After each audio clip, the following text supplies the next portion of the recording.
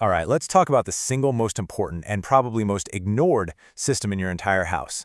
I'm talking about your heating, ventilation, and air conditioning. You know, your HVAC system.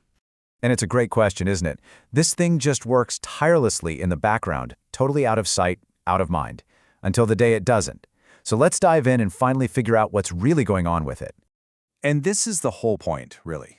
I mean, think about it.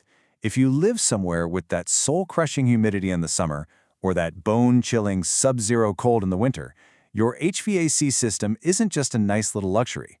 It's what makes your home livable. It's just as critical as your lights or your running water. I like to think of it like this. Your HVAC is the unseen engine of your home.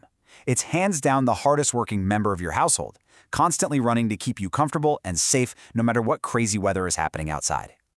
And we have all felt that deep, sinking feeling of panic, right? The air conditioner finally gives up on the hottest day of the year. Or maybe the furnace just decides to die in the middle of a blizzard.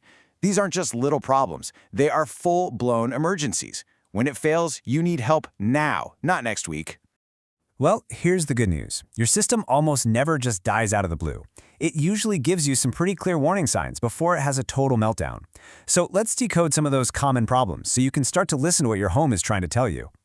For your AC, some signs are, super obvious, like if it's just blowing warm air. But other signs are just as critical. If you ever see a block of ice forming on the unit, that's an iced up coil. Or notice water leaking anywhere, or if the air just feels weak coming out of the vents, those are all cries for help. And hey, if you look outside and that big fan on the outdoor unit isn't spinning, your system is in some serious trouble. And it's the same story for your heating system. Blowing cold air?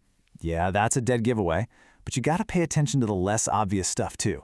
If your furnace is struggling to ignite, or if you smell anything weird, and I mean especially anything like rotten eggs, which could be a gas leak, or you hear loud banging or grinding, it's time to make a call. Right away. Don't wait on those.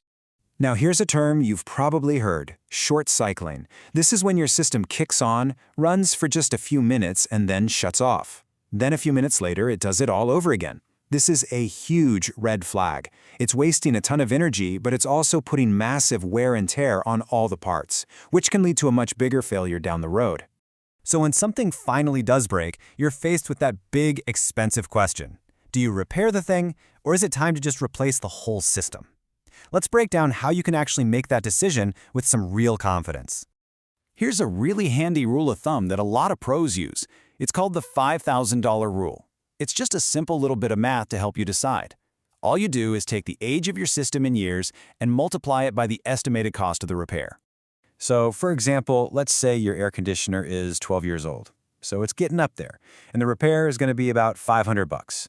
You just multiply 12 by 500 and you get $6,000. Well, since that's over the $5,000 threshold, the rule is basically telling you, hey, it might be time to think about replacing it. You're probably just going to face more and more repairs on a system that old. And this is the classic trade-off, isn't it? Repairing is cheaper right now, but you're still left with that same old, less efficient system that could just break again next year. Replacing costs more upfront for sure, but what you're really buying is better efficiency, lower energy bills, and honestly, peace of mind for a long, long time. Okay, so whether you decide to repair or replace, you're going to need a professional.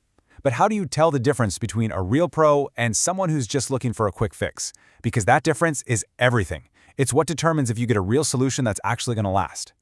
Here's the key. This is the secret handshake. A true professional will do something called a manual J load calculation before they install a new system. They don't just guess what size you need. They actually measure your home, they look at your windows, your insulation, even which way your house faces the sun. This makes sure the equipment is sized perfectly. Because if it's too big, it'll short cycle, and if it's too small, it'll run constantly and you'll never be comfortable. Getting this right is absolutely everything.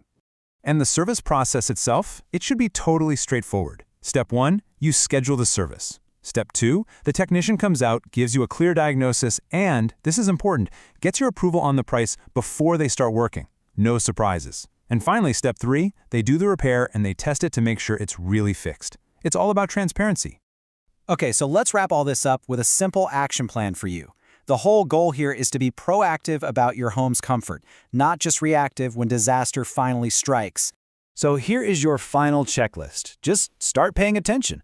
Are your energy bills slowly creeping up for no obvious reason? Are you hearing any new strange noises like grinding or squealing? Is the airflow from your vents feeling a little weak, or is the system doing that constant on and off cycling thing, Even a lot of extra dust or humidity in the house can be an early sign. Catching any of these things early can save you from a major emergency.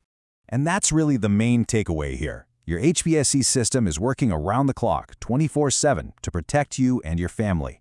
And it's constantly communicating with you through all these little sounds and smells and changes in performance.